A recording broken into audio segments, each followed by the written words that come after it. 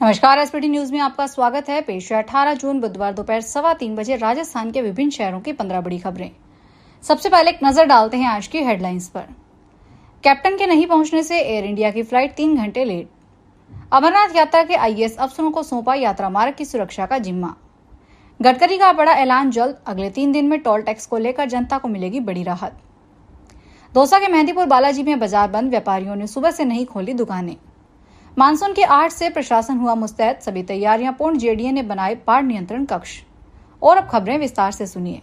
Jaipur airport पर सुबह air India की जयपुर से मुंबई जाने वाली फ्लाइट समय पर रवाना नहीं हो सकी। यह फ्लाइट सुबह 6:30 बजे रवाना होनी थी, लेकिन पायलट के समय पर नहीं पहुंचने के कारण उड़ान में करीब 3 घंटे की देरी हुई। पायलट को पहले इंडिगो की फ्लाइट से मुंबई से जयपुर पहुंचना था, लेकिन बाद में वे एयर इंडिया एक्सप्रेस की फ्लाइट से पहुंचे। इस देरी से यात्री परेशान रहे। यात्रियों ने बताया कि एयर इंडिया ऑफिस में कोई भी फोन नहीं उठा रहा था और उन्हें कोई स्पष्ट जानकारी नहीं दी गई, जिससे असमंजस और नाराजगी का माहौल बना रहा।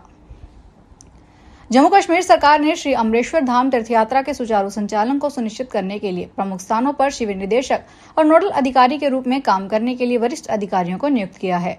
सामान्य प्रशासनिक विभाग की ओर से जारी किए गए आदेश के अनुसार आईएएस अधिकारी डॉक्टर शाहिद इकबाल चौधरी और राहुल यादव को क्रमशः बालटान और पहलगाम मार्ग के लिए नोडल अधिकारी नियुक्त किया गया है। वे सभी संबंधित एजेंसियों के बीच समन्वय की देखरेख करेंगे और श्री अमरनाथ जी श्राइन बोर्ड के मुख्य कार्यकारी अधिकारी को नियमित रूप से रिपोर्ट करेंगे। केंद्रीय सड़क परिवहन मंत्री नितिन गडकरी ने साफ संकेत दिए हैं कि टोल सिस्टम में बड़ा बदलाव होने जा रहा है, जिसकी घोषणा अगले 3 दिनों में की जाएगी। गडकरी का कहना है कि नया सिस्टम आने के बाद लोगों को टोल से जुड़ी परेशानियों से छुटकारा मिलेगा और फिर उन्हें कोई टोल मंत्री कहकर ट्रोल नहीं करेगा।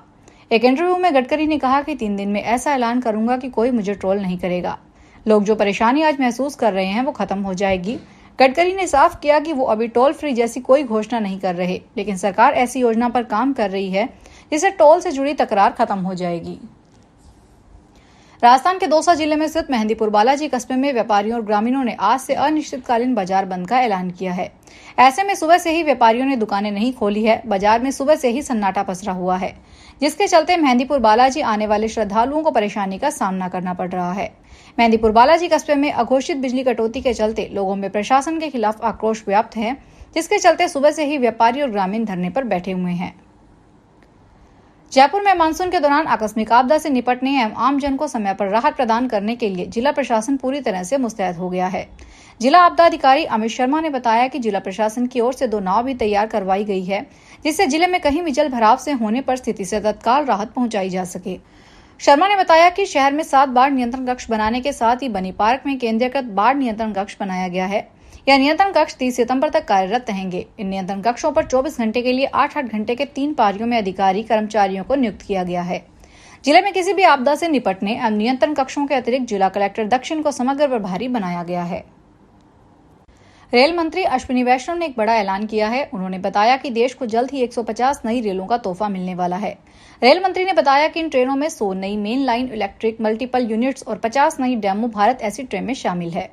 इन ट्रेनों के आने से कम दूरी की यात्रा और भी आरामदायक और सुविधाजनक हो जाएगी। रेल मंत्री ने कहा कि पहले से चल रही पैसेंजर ट्रेनों को भी बेहतर बनाने के लिए 1200 से ज्यादा अतिरिक्त जर्नल कोच जोड़े गए हैं। यह कदम यात्रियों के लिए सीट उपलब्धता बढ़ाने और यात्रा अनुभव बेहतर बनाने के लिए है। राजसमंद जिले में मानसून की अच्छी बारिश से जमीन के नीचे पानी की मात्रा में इजाफा किया गया है। भूजल सर्वेक्षण विभाग के मुताबिक इस साल बारिश के बाद जिले में औसतन 7.07 मीटर तक भूजल स्तर में उछाल देखा गया है, जो कि एक सकारात्मक संकेत है। लेकिन इसी के साथ एक गंभीर सवाल भी उठ खड़ा हुआ है, क्योंकि कुछ क्षेत्र ऐसे हैं जो अति दोहित श्रेणी में हैं। इनके लेवल को बराबर लाने के लिए मिलकर प्रयास करने होंगे, तब जाकर इस श्रेणी में बाहर निकला जा सकेगा। राजस्थान के सरकारी कॉलेजों में इस साल 25% से अधिक विद्यार्थी को स्नातक करने के लिए अवसर मिलेगा। कॉलेज शिक्षा आयुक्तालय ने कॉलेजों में सीट बढ़ाने संबंधी आदेश जारी कर दिए हैं। कॉलेजों में स्नातक प्रथम सेमेस्टर के लिए शिक्षा सत्र 2025-26 के लिए सीटों में यह बढ़ोतरी की गई है। अभी कॉलेजों में प्रवेश प्रक्रिया शुरू हो चुकी है। कला व वाणिज्य में 100, विज्ञान में 88 सीट है। आदेशानुसार महिलाओं के लिए आरक्षण प्रावधान तथा अति पिछड़ा वर्ग एवं आर्थिक रूप से कमजोर वर्ग को आरक्षण देने के चलते सभी संकायों में स्नातक प्रथम सेमेस्टर के लिए निर्धारित सीटों में 25% की वृद्धि की गई है। आगामी 21 जून को मनाए जाने वाले अंतर्राष्ट्रीय योग दिवस से पहले राजस्थान के मुख्यमंत्री भजनलाल शर्मा ने बुधवार सुबह अपने निवास पर बच्चों, योग व फिटनेस प्रशिक्षकों तथा अधिकारियों के साथ योगाभ्यास किया। यह आयोजन योग के महत्व को रेखांकित करने और जनता को इसके प्रति प्रेरित करने के उद्देश्य से किया गया। मुख्यमंत्री ने इस अवसर पर कहा कि योग केवल शारीरिक कसरत नहीं बल्कि एक संपूर्ण जीवन शैली है जो शारीरिक, मानसिक और भावनात्मक संतुलन को मजबूत करती है। उन्होंने देशवासियों से अपील की है कि वे योग को अपनी दिनचर्या का अभिन्न हिस्सा बनाएं। योग के लाभों पर प्रकाश डालते हुए मुख्यमंत्री ने कहा कि यह न केवल स्वास्थ्य को सुदृढ़ करता है बल्कि जीवन में अनुशासन, संतुलन और सकारात्मक ऊर्जा को भी संचार करता है। जोधपुर के रेजिडेंट डॉक्टर राकेश बिश्नोई की मौत का मामला थमता नजर नहीं आ रहा। अब इस मामले में जोधपुर में रेजिडेंट और सीनियर डॉक्टर आमने सामने हो गए हैं। इधर जयपुर में एसएमएस अस्पताल के बाहर परिजन धरने प्रदर्शन पर बैठे हुए हैं। एमडीएम अस्पताल के सीनियर डॉक्टर राजकुमार के खिलाफ रेजिडेंट की ओर से कार्रवाई की मांग की जा रही है। वहीं जोधपुर में सीनियर डॉक्टरों ने प्रिंसिपल को लेटर जारी कर आरोपी राजकुमार के लिए कहा कि बगैर जांच के डॉक्टर के खिलाफ कोई कार्रवाई नहीं की जाए। हर साल वन विभाग की ओर से वैशाख पूर्णिमा को वाटर हॉल पद्धति से वन्य जीवों की गणना की जाती है। इस साल भी पूर्णिमा से पहले तैयारी की गई है, लेकिन जैसलमेर में पश्चिमी विक्षोभ सक्रिय होने के कारण हुई बरसात से गणना को स्थगित कर दिया गया है, जिसके बाद ज्येष्ठ पूर्णिमा को चंद्रमा की धवल चांदनी की रोशनी में वन्य जीवों की गणना की गई। इससे पिछले साल के मुकाबले इस जैसलमेर में इस साल 20% ज्यादा वन्य जीव नजर आए हैं। इसके साथ ही पहली बार वाटर हॉल पद्धति से 73 गोडाउन दिखाई दिए हैं। लगातार 24 घंटे तक वनकर्मियों में वाटर पॉइंट पर बैठकर वन्य जीवों को देखा। अल्पसंख्यक छात्रवृत्ति योजना में देश भर में बड़ा फर्जीवाड़ा सामने आया है। फर्जी दस्तावेजों के आधार पर कई शिक्षण संस्थानों ने छात्रवृत्ति उठा ली। अलवर जिले में भी 11 शिक्षण संस्थानों पर फर्जी दस्तावेजों के जरिए छात्रवृत्ति की राशि हड़पने का आरोप लगा है। यह घोटाला वर्ष 2021-22 और 22-23 के दौरान घटित हुआ।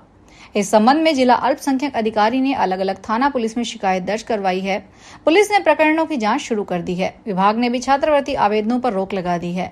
पिछले 2 साल से छात्रवृत्ति के आवेदन नहीं भरे जा रहे। अल्पसंख्यक मामलात विभाग जयपुर से निर्देश मिलने के बाद जिला कार्यालय ने संदिग्ध शिक्षण संस्थानों का भौतिक निरीक्षण किया। अंतर्राष्ट्रीय बाजार में जारी उठापटक का असर कीमती धातुओं की कीमत पर नजर आने लगा है। बुधवार को चांदी की चमक ने सभी रिकॉर्ड को ध्वस्त कर दिया। इसके बाद जयपुर के सराफा बाजार में प्रति किलो चांदी की कीमत में 2900 रुपए की तेजी आई है। इसके बाद अब प्रति किलो चांदी की कीमत बढ़कर 1,12,500 रुपए के ऑल टाइम हाई के शिखर पर पहुंच गई है। वहीं सोने की कीमत में भी तेजी का सिलसिला शुरू हुआ है। प्रदेश में 10 ग्राम स्टैंडर्ड सोने की कीमत में 200 रुपए की तेजी आई है। शिव भक्ति का पवित्र महीना सावन 11 जुलाई से शुरू होकर 9 अगस्त तक चलेगा। पूरे महीने में 4 सोमवार पर भक्ति का ज्वार उमड़ेगा। इस दौरान भोलेनाथ की पूजा अर्चना का विशेष फल मिलेगा। इस दौरान कावड़ यात्राओं की धूम रहेगी। सावन का शुभारंभ 11 जुलाई को शुक्रवार से होगा। पहला सोमवार 14 जुलाई को, दूसरा 21, तीसरा 28 और चौथा सोमवार 4 अगस्त को रहेगा। सावन के सोमवार को शिव जी की विशेष पूजा की जाएगी। जयपुर में जयपुर विकास प्राधिकरण गरीबों को सस्ते मकान उपलब्ध करवाने के लिए जल्द ही 3 नई आवासीय योजनाओं की घोषणा करने वाला है। जेडीए के 3 जोन में जमीन भी चिन्हित की गई है। राजस्थान में बसे पाक विस्थापित करीब 15,000 से ज्यादा परिवारों को भी सस्ते मकान उपलब्ध करवाने की योजना का खाका जेडीए ने तैयार किया है। जानकारी के अनुसार जयपुर विकास प्राधिकरण के जोन 8, 12 और 14 में सस्ते मकानों के निर्माण के लिए जमीन चिन्हित की गई है। हालांकि अभी जेडीए प्रशासन ने आवासीय योजना की घोषणा नहीं की है, लेकिन माना जा रहा है कि बहुत जल्द ही योजना के क्रियान्वयन को लेकर बड़ी घोषणा प्रशासन करेगा। फिलहाल इस बुलेटिन में इतना ही। फिर हाजिर होंगे बड़ी खबरों के साथ। अगर आप भी अपने आसपास की छोटी बड़ी और महत्वपूर्ण खबरों से अपडेट रहना चाहते हैं तो सब्सक्राइब कीजिए हमारे चैनल एसपीटी न्यूज को और प्रेस कीजिए बेल आइकन पर।